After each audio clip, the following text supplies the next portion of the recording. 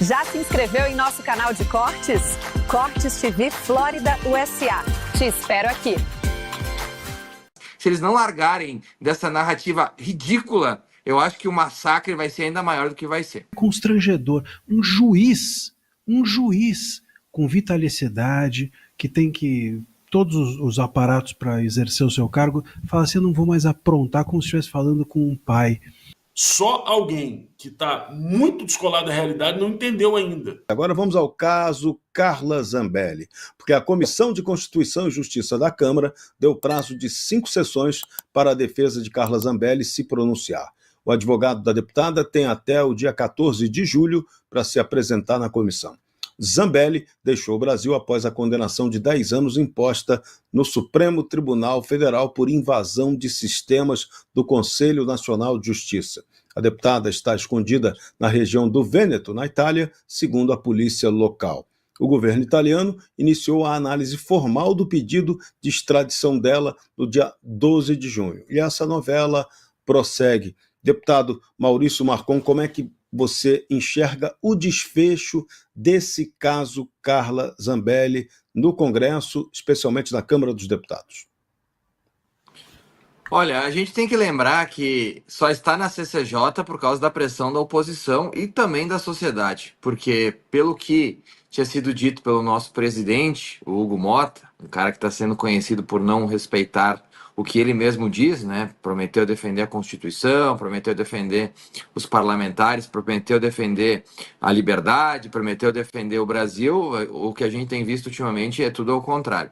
Ele tinha dito que tinha que se cumprir como tinha sido mandado pelo Supremo Tribunal Federal, como se a Câmara dos Deputados não tivesse uma Constituição que todo país tem, que todo brasileiro tem e que tem que ser respeitada. Então, é muito claro lá na Constituição que para caçar qualquer tipo de mandato, tem que passar, sim, pela Câmara dos Deputados. E parte disso é na CCJ, a qual eu sou membro. A gente vai ter, então, uma reunião onde o advogado deve explanar os motivos que a Carla deve ter seu mandato mantido. A perspectiva que a gente tem, sinceramente falando agora como alguém que está lá nos corredores todo dia, é que os parlamentares já estão bastante de saco cheio com essas intromissões do Supremo, essas penas totalmente fora da normalidade, essa perseguição à direita. E o que a gente tem visto nas votações que teve até agora, eu posso citar a última do Ramagem, com mais de 300 votos favoráveis à suspensão da medida, é que eu acredito que a Câmara não vai cassar o mandato da Zambelli até por uma margem bastante segura. E aí se cria uma celeuma.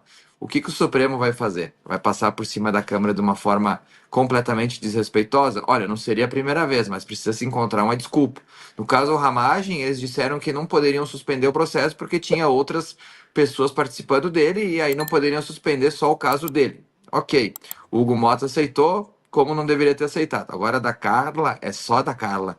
Então, me causa bastante, digamos, sim, ansiedade para ver como a Câmara vai reagir, porque eu não acredito que a Câmara dos Deputados vai caçar uma deputada com quase 1 milhão de votos, uma mulher que não tem prova, ela não matou, não roubou, não fez nada de grave, né? E sabe, até as acusações que ela tá respondendo ainda são questionáveis. Então a gente sabe que é perseguição e eu acho que a Câmara está bastante cansada disso e vai peitar o Supremo nesse caso. E vamos para o 8 de janeiro. Nossa Senhora, né? Aí o bicho pega.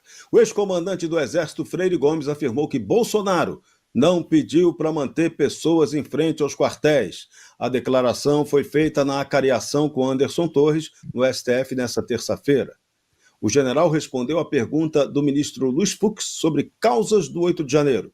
Freire Gomes reiterou que não deu voz de prisão a Bolsonaro, conforme fofocaram sobre aquela reunião. O militar disse que apenas alertou sobre consequências jurídicas de um eventual decreto, né, de estado de defesa no Tribunal Superior Eleitoral, como foi cogitado. Agora, cogitar não significa nada.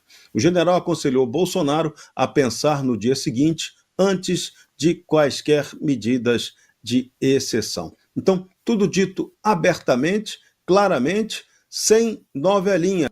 Sobre o Bolsonaro de uma forma bem rápida, o Marcília tá aí vai saber falar muito melhor do que eu. Mas vamos lá. Marcília, tem como fazer todo um processo transmitido, inclusive pela TV PT, e na hora que caiu os argumentos, como foi hoje na cariação do Cid, deixar censurado?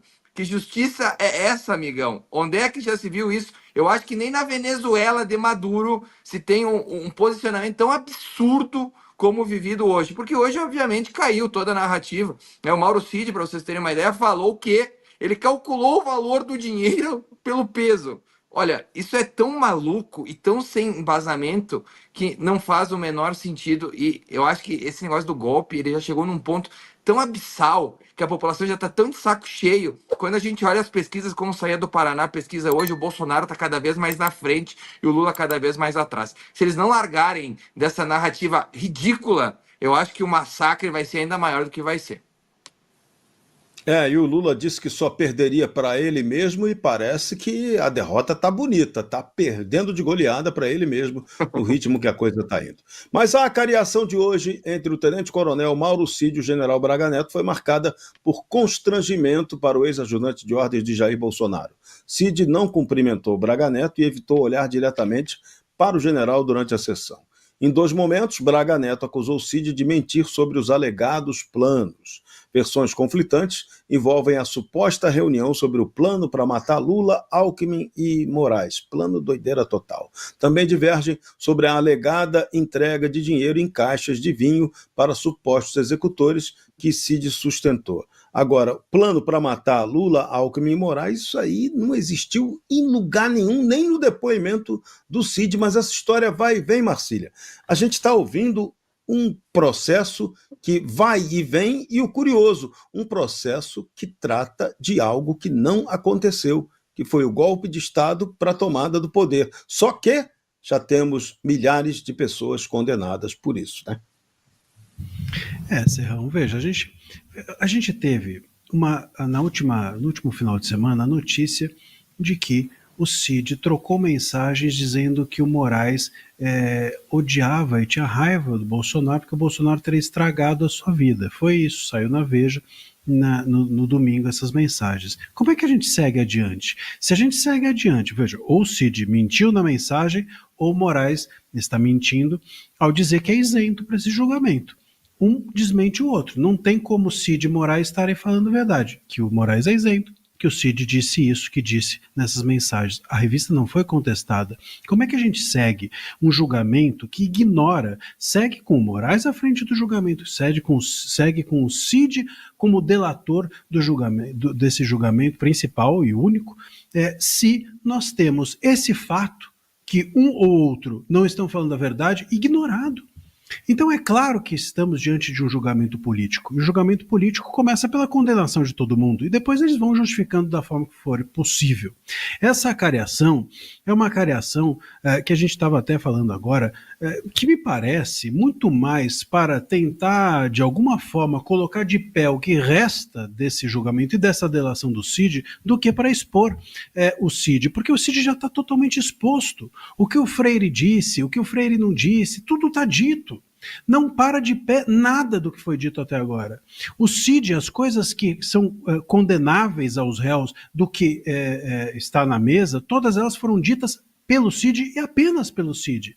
Que houve a reunião, que o Felipe Martins estava na reunião, que o golpe, a minuta que existia era de um golpe. Só o Cid diz isso, mais ninguém, nem o Cid. O próprio Cid se desmentiu nessas mensagens que foram vazadas, ou enfim, divulgadas pela imprensa. Então, o Cid, sem o Cid, a narrativa da PGR não para de pé. Com o Cid, a narrativa da PGR não para de pé. Essa acariação, sobretudo feita na surdina, sobretudo feita violando o dever de publicidade que o artigo 37 da Constituição exige, sobretudo com censura à imprensa e a todos nós do que foram aqueles diálogos. Como é que você justifica a gente não poder ouvir o que eles disseram, mas a gente poder ter ouvido os interrogatórios das semanas passadas? Não faz sentido, nada faz sentido. Estamos diante, portanto, da penumbra, estamos diante, portanto, de algo que não é público, que não é publicizado, que não é democrático, que não está obedecendo à Constituição quando exige que os atos sejam todos públicos, os atos judiciais. Então, diante desse cenário, essa acariação me parece que foi uma tentativa derradeira do ministro Moraes colocar de pé a narrativa da PGR. Deu certo? Não, não deu certo. E agora? Bom, e agora todos vão ser condenados talvez por outras razões, porque eles precisam condenar. talvez eles possam condenar aí o Bolsonaro e o bolsonarismo por fazer uma piada. Quem sabe, já que deu certo com o Léo Lins, talvez essa cole, mas o golpe já não colou. Obrigado por chegar até aqui. Para assistir este vídeo completo, acesse o nosso site. Essa é a sua TV brasileira nos Estados Unidos.